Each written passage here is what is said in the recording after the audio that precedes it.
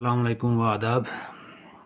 कुछ सवालात जो मैं आज इन हज़रात से पूछना चाहता हूँ, एडमिनिस्ट्रेशन से पूछना चाहता हूँ, एलजी इंतज़ामिया से भी पूछना चाहता हूँ और सेंट्रल गवर्नमेंट से भी, क्योंकि ये राइट हमारा है सवालात पूछना कि क्या था 5 साल पहले, क्या नहीं था, क्या हुआ है, क्या नहीं हुआ है।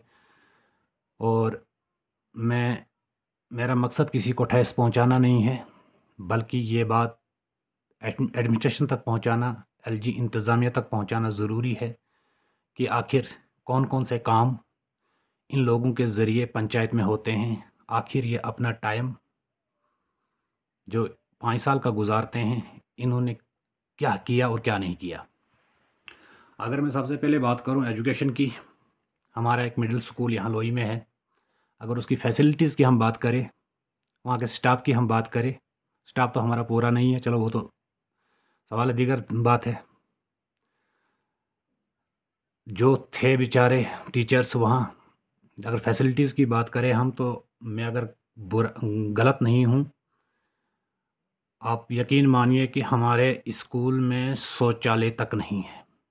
शौचालय बना था, मगर वो सिर्फ शायद, अगर मैं गलत नहीं हूँ, तो बिल निकालने के लिए बनाया गया था। क्या मैं ये सवाल सरपंच साहब, नायब सरपंच साहब, मेंबर्स, बीडीसी, डीडीसी से कर सकता हूँ, एडमिनिस्ट्रेशन से कर सकता हूँ? क्या ये वही पुराना दौर है जिस दौर में हम स्कूल जाते थे? चलो वो तो वही ज़माना था, लेकिन अब ये ज़माना वो है कि जहाँ लोग आज चाँद पे ज़मीन ख़रीद रहे हैं और ख़रीदने की बातें चल रही है। हमारा हिंदुस्तान चाँद तक तो पहुँच चुका है, लेकिन कुछ पंचायतें ऐसी है, जैसे बदकिस्मती से हमारी पंचायत की अगर मैं बात करूँ, यहाँ कोई भी फैसिलिटीज़ नहीं है, जो सबसे बड़ी प्रॉब्लम हमारे लोगों के लिए है। नेटवर्क के बगैर हमारी पंचायत जूझ रही है। क्या एक सरपंच 5 साल में ये काम नहीं करा सकता था? अगर मैं कंपनसेशन की बात करूं, आज भी लोईधार के लोग 10-12 साल हो गए रोड को खोदे हुए, लेकिन आज भी अगर मैं कंपनसेशन की बात करूं, चाहे वो मकान हो, चाहे वो ज़मीन हो, चाहे वो पेड़ पौधे हो, क्या एक सरपंच, क्या एक ये पीआरआई हजरात, क्या डीडीसी, बीडीसी, क्या ये लोगों के लिए इतना भी नहीं कर सकते थे इनको कंपनसेशन दिलाया जाए? उसके बाद अगर मैं बात करूं रोड्स की, रोड जो हमारे गांव में तकरीबन 10-12 साल पहले खोदा गया था, चलो अब ब्लैक टॉपिंग हुई है। ब्लैक टॉपिंग कहना शायद मेरे हिसाब से गलत होगा, क्योंकि बल्कि रोड को जो ब्लैक किया गया था, क्या एक सरपंच इन हजरात का, बार बार नाम नहीं लूँगा, क्या इन हजरात का ये भी हक़ नहीं बनता था कि प्रॉपर तरीके से काम कराया जाए?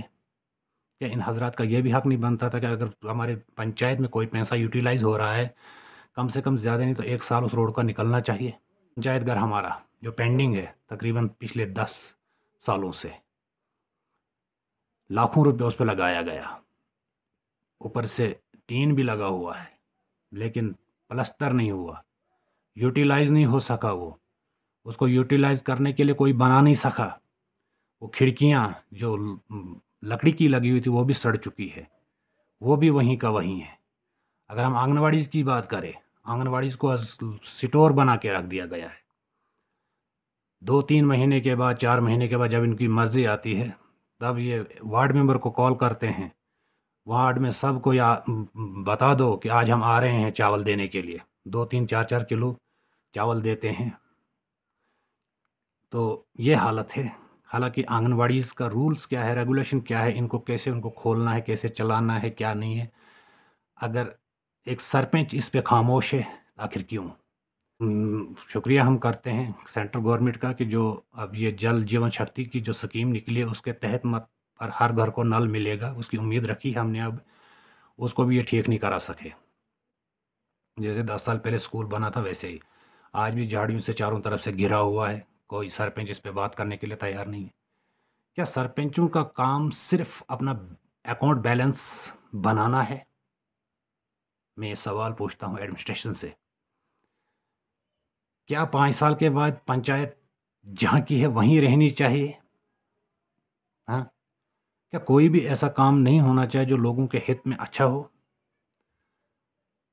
अगर अगर मैं गलत नहीं हूँ तो इन हज़रात के अगर बैंक अकाउंट्स चेक किए जाए, इनकी प्रॉपर्टीज़ चेक की जाए कि 5 साल पहले ये कहाँ थे और 5 साल के बाद कहाँ है। इनकी इनकम ऑफ सोर्स चेक की जाए, चाहे वो बीडीसी हो, चाहे वो डीडीसी हो, चाहे वो सरपंच हो, कोई भी हो। इनकी इनकम ऑफ सोर्स चेक की जाए, ये पैसा इनके पास आता कहाँ से है। जो डेवलपमेंट एक गांव की होनी चाहिए, एक पंचायत की होनी चाहिए, उन्होंने अपनी की। तो यही बातें हैं, कुछ और भी बहुत सारी प्रॉब्लम्स है हमारी।